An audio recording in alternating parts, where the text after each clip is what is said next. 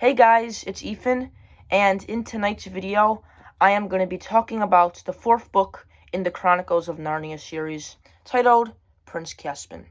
So not to brag, but I own the 1968 full-color illustrated edition. Now this is very cool, because it has some very nice artwork, like this, as well as this.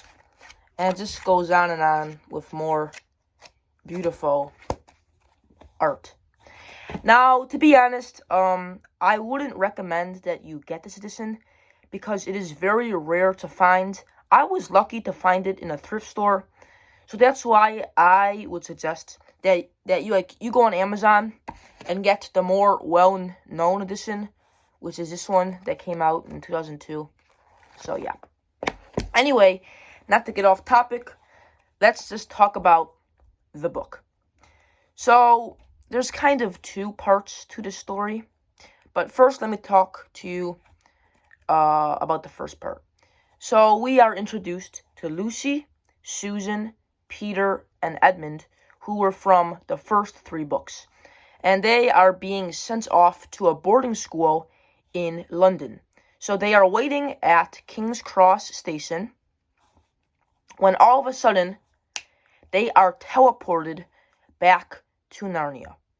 Now, at this time, at this time, it's kind of confusing how I say this, but Narnia and all of the kids' adventures were over 1,000 years ago. So, it's kind of like a multiverse or like a time warp or something. And because the kids are like, wait, how could we have been kings and all of this, thousands of years ago, when in the real world, we're only in middle school? So that part was pretty cool, because it was kind of like a soldier going back to a battlefield, It's like the kids learning about their old adventures and realizing from this perspective that it was a lot of memories that they had. So, especially this page in the book that brought me to that sense, when they arrive and they find this broom closet with all of the old armor and swords they used. Peter just has this magical expression and saying, oh my gosh, I can't believe, I held so much high power once. Then we go to this other point of view, and we meet this 15-year-old boy named Prince Caspian. And Prince Caspian is the son of the tyrant King Osmir. Now, it is foretold that Prince Caspian is going to be the royal heir and take the throne of his father in the future. Now, his father doesn't want this to happen because he is scared of being overthrown.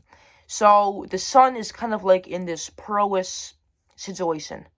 Also, we find out that this boy loves the old stories of Narnia. He is obsessed with it. And one day, he gets this professor.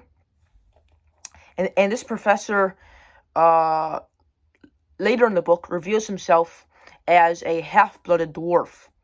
And he tells Caspian that all of the fairy tales that you read about Narnia is actually true, and that, kind of like global warming, many of the creatures, like the dwarfs, the nymphs, and the satyrs, have gone extinct, but there is still a few number of them left. And later, the siblings and this prince intervene, and there's this huge war with the Taliban, and the Taliban are the descendants of Narnia, and they were the ones who first ruled it. So there's a whole bad versus good army with bloodshed, blah blah blah. I'm not gonna go into the details of war since it's kind of graphic.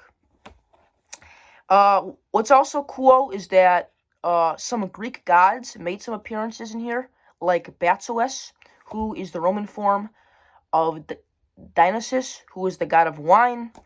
But at the end, it was kind of a cliche to the other books. It was the kids celebrating after winning once again, like it is so predictable, with like festivity and drinking alcohol, blah blah blah. And Aswin in this book, who is a lion, kind of got on my nerves in this one. Like, after a while, it's like, why does he keep appearing in here? At the end of the story, after the huge victory, the kids are sent back to the train station where they were in the beginning, and they are going to retire from their lives as being knights and kings. So yeah, guys, that is basically my review for this book. I hope you enjoyed, and I'll see you on another video. Peace.